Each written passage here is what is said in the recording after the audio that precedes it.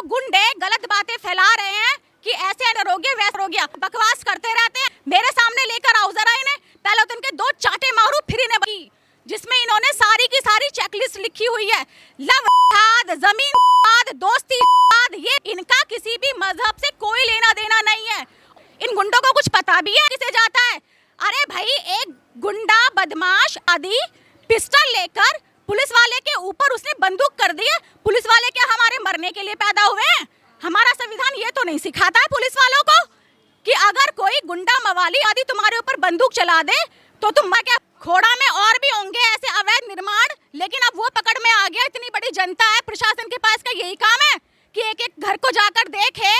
Daily यहाँ पे crime होते हैं, हमारी पुलिस फोर्स सीमित है, एक एक घर को जाके चेक नहीं कर सकती है। अब हो गई शुरुआत, ठीक है, जो भी अवैध नजर में आएंगे वो सब टूटेंगे। यही तो कहा जा रहा है कि सूर्य का केस था, सूर्य की हत्या हुई, जिसने हत्या करी एक एडिशनल कार्रवाई और कर दी बुलडोजर की। अब उसके बाद तुम मदरसों पे भी आ रहे हो, फिर उसके बाद तुम मस्जिदों पे भी आओगे, फिर उसके बाद तुम इस्लाम पर भी आओगे। ये तो गलत है। आएंगे, बिल्कुल आएंगे, जहाँ पर की पढ़ाई होगी हर उस जगह पर आएंगे। और मैं फिर पहले भी बोल चुकी हूँ कि जाहिल लोग जाहिलता ही बकते हैं, ठीक है। सलीके की बात तो इनसे करी नहीं जाती है। जिन भी मदरसों में सील किया गया है, जिन भी मदरसों को, उन्हें क्या बोला गया है कि पहले आप डॉक्यूमेंट्स दिखाओ। डॉक्यूमेंट्स दिखा दिए उन्होंने? डॉक्यूमेंट्स नहीं दिखाए हैं। जिस दिन डॉक्यूमेंट्स लेकर कोर्ट में पेश हो जाएंगे तो उनके मदरसों के ताले खुल जाएंगे। क्यों छुपते भाग रहे हैं? ऊपर वालों की पढ़ाई के लिए कोई डॉक्यूमेंट्स नहीं चाहिए, तालीम देते रहो, बस शिक्षा देते रहो। तो ऊपर वालों की पढ़ाई से अगर तालीम लेनी है, ऊपर वालों की शिक्षा से चलना है, तो ऊपर वाले के पास ही चले जाए ना।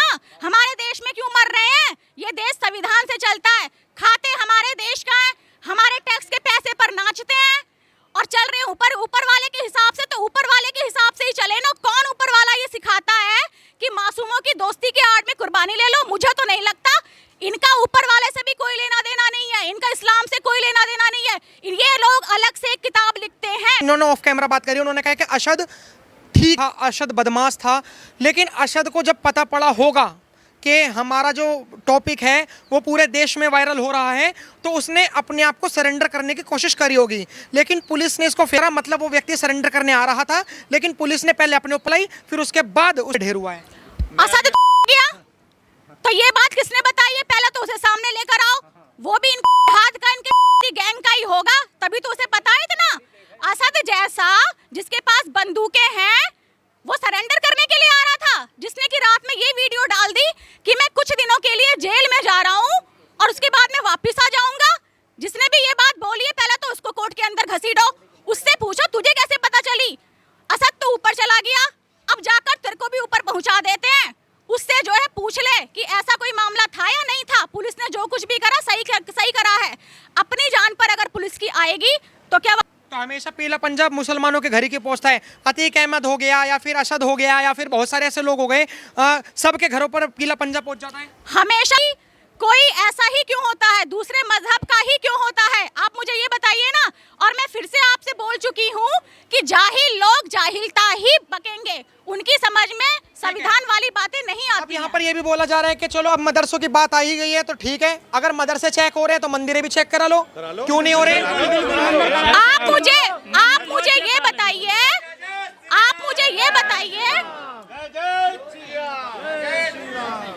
मुझे ये बताइए, हमारे मंदिरों से टैक्स लिया जाता है, कितने मदरसों से टैक्स लिया जाता है?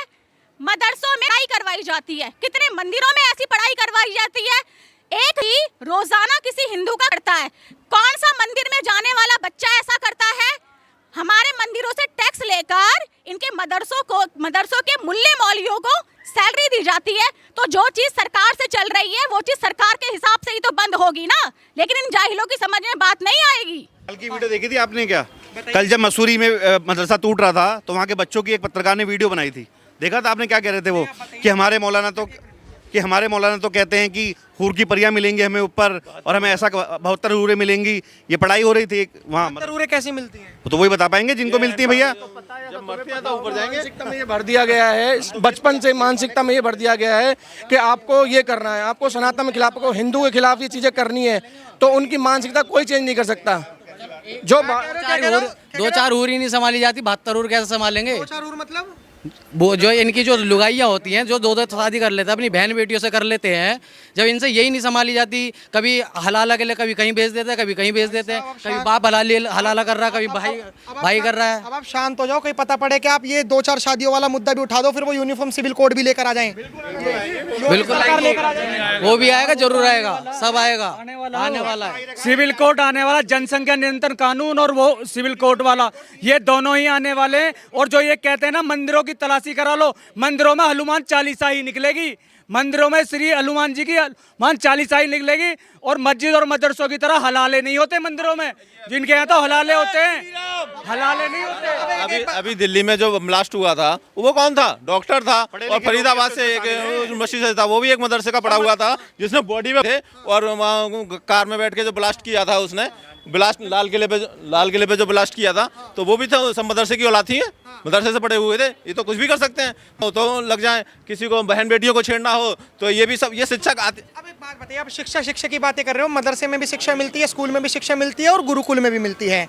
अब उन्होंने यही बात रखी है कि अगर मदरसा जैसे कि एक तालीम की एक जगह है, शिक्षा की एक जगह है, ठीक है, उसी तरीके से गुरुकुल भी शिक्षा की जगह है। अगर तुम मदरसे में बात करते हो कि मदरसा से आते हैं, तो तुम गुरुकुल की बात क्यों नहीं करते हो कि गुरुकुल में ये सब चीजें कहाँ से आती हैं? कौन से गुरुकुल से आपको हथियार अभी तक मिले हैं? ये सरकार अंधी तो है नहीं। मैं फिर से वही बात बोलूंगी कि जाहिल लोगों की तो जाहिल ही जुबान होगी। कौन से गुरुकुल में जो है गुरुकुल से निकलकर ही बनाए जाते हैं? कौन से गुरुकुल से निकलकर कसाब बना? कौन से गुरुकुल से निकलकर ये असद जैसे पैदा होते हैं? और गुरुकुल में तो ऐसा कुछ भी नहीं सिखाया जाता। गुरुकुल में तो वंदे मातरम, भारत माता की जय ये बोला जाता है। कौन से मदरसे में वंदे मातरम बोला जाता है, भारत माता की जय बोला जाता है, जनगण मन सिखाया जाता है? तो जहां पर अभी मैं ये देख रही थी, कल एक रिपोर्टर जो है वो पूछ रही थी इन मदरसों के मुल्ला मौलानाओं से कि क्या आप वंदे मातरम सिखाते हैं? तो इन्होंने बोला गंदे मातरम। वंदे मातरम को ये गंदे मातरम बोल रहे हैं। तो आप मुझे बताओ कि वहां पर किस चीज की पढ़ाई होती होगी? कौन से गुरुकुल में ऐसा सिखाया जाता है? ये पहले जाएं, गुरुकुल में पढ़ाई लिखाई कर लें, हो सकता है कि शायद इन्हें कुछ समझ में आ जाए।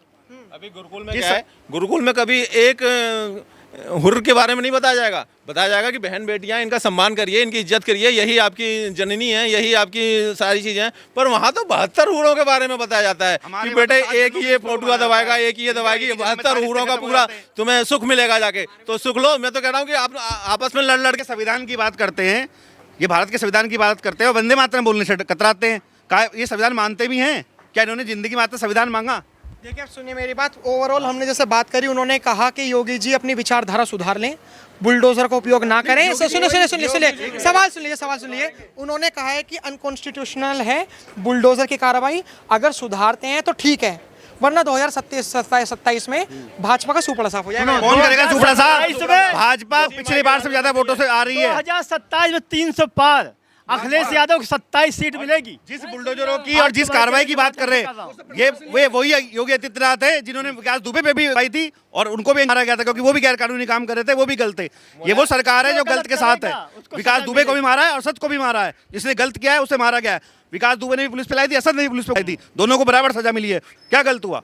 बस फायदा ये है कि वो असद जाके 72 हुर्रों का आनंद ले रहा है और माला जप रहे हैं। इसके अलावा और भी किसी असद के भाई को अगर 72 हुए चाहिए तो योगी से संपर्क कर ले, मिल जाएंगे बहुत जल्दी।